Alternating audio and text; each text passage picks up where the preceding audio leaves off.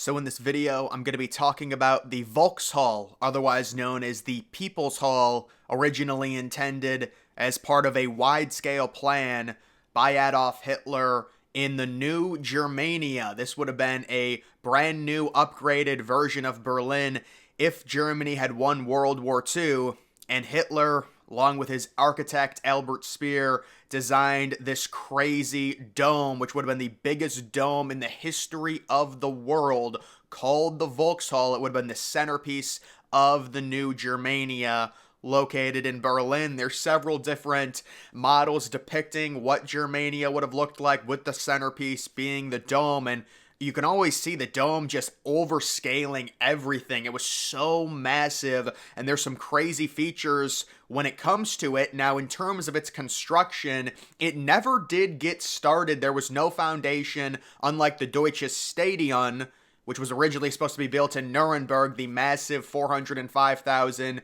seat stadium. They built a test site for the Deutsches Stadion, but they also dug the foundation, which ended up becoming an artificial lake. But what's interesting about the Volkshalle is because they needed to test the land in and around Berlin to make sure that the ground could support such a massive structure, they built a test site. It's just a giant concrete dome, and they wanted to see how much it would sink because a lot of Berlin is built on marshy, swampy area. The engineer's goal was for this test dummy cylinder to sink less than 6 centimeters. However, when it was measured over a 2.5-year period, it sank 19 centimeters, which would kind of assume that the Volkshalle in Berlin, Germany, because of the land, would not work. However, I do believe at this point, if they would have actually built the Volkshalle in the late 1940s, I do believe it would still be standing today. It's not like it would sink so much to where the foundation would crack. That would take many centuries, but it was kind of an unstable area to build on. You can just see some different images of the immense Volkshalle where Adolf Hitler would have spoke. They would have had multiple rallies there, and just the craziness of the dome. No, it's not a translucent roof, by the way. But yeah, even today, the amount of technology that it would take to build a dome this large and this heavy would be extremely immense. It was unheard of back in the 1940s. Another interesting fact about the Volkshalle that I'm sure many people have heard before, the dome originally intended to seat 180,000 people. Let me say that again, 180,000 people, bigger than any current stadium today in the year 2024. If you're talking about 180,000 people right next to each other, all breathing, the moisture from the 180,000 people could theoretically create artificial clouds and artificial rain, which would have gathered at the top of the dome. Nowadays, of course, if they were to design something like this, they would have proper ventilation. That would never be an issue, but back in the 1940s, they were concerned. That's how crazy this project was. It was big enough to where the amount of people inside of it, almost 200,000 people all breathing in, could create enough moisture at the top of it. It could create artificial clouds and artificial rain. That's just a crazy, unique fact about the Volkshalle. But of course, the Volkshalle never got off the ground. The construction for Germania, Adolf Hitler's grand plan, never got off the ground because Germany lost World War II. And it was no more. And the only thing we have now of the Volkshalle is the models, as well as that cylinder that they built that's now a protected area. You're not allowed to touch that. It's funny they decided to save it, considering it is just kind of a test site that's kind of crumbling at this point.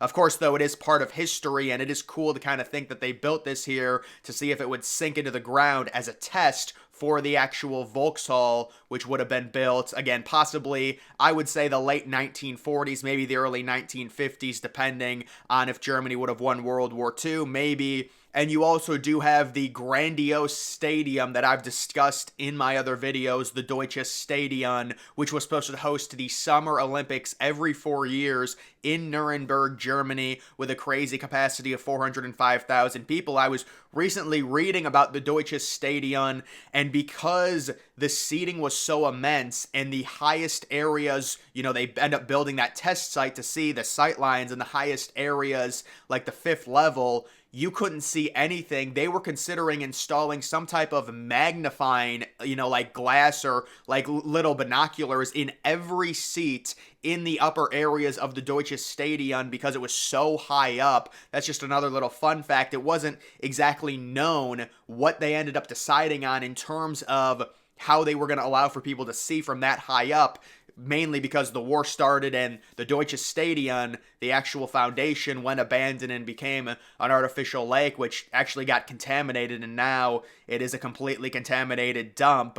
Another thing that you'll notice about that test site is both of the grandstands are built at different angles. That was another thing that was done to see the perspective from the top section and how the viewing experience changed depending on the slope at which it was built at. That's another thing we're not sure on what they chose in terms of the steeper angle or maybe the not so steep angle, but they were also testing for that. That's why they're built differently. That was just a test site. That wasn't even located in Nuremberg. But just getting back to the Volkshalle, the immense building that was supposed to seat 180K that never ended up happening, and to this day, I mean, could you imagine if that actually got built? There are people that are saying and speculating because of the land that it was built on and because the test site failed that Germany wouldn't even build it. I think they would have built it either way.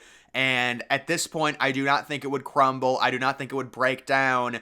Sure, it would sink a little bit, but it would take many, many years for it actually to crumble down. It's interesting to think about an alternate history where Japan doesn't go through with Pearl Harbor, the United States never enters the war, Germany takes over Moscow, they get control of the western half of Russia. Do they go through with plans for the Volkshalle? And imagine if that regime falls, what happens to the Volkshalle? It is just a massive building. What happens to the Deutsches Stadion? It's a 400,000 seat stadium that's supposed to only host the Olympics and massive rallies. Could you imagine? It's just you're building things and then the regime falls. What happens to these mega structures that were supposed to get built? It's an interesting what if to consider, but either way, that's just the history of the Volkshalle, the planning stages that initially happened in the late 1930s, including the test site, but the thing was actually never built. Germania was never built. It never got off the ground because the entire effort was focused on World War II for Germany, and when they lost it, obviously, they're not building anything like that. But either way, that is going to do it for this video, guys. Make sure you're following me on X. Link to that's always in the description.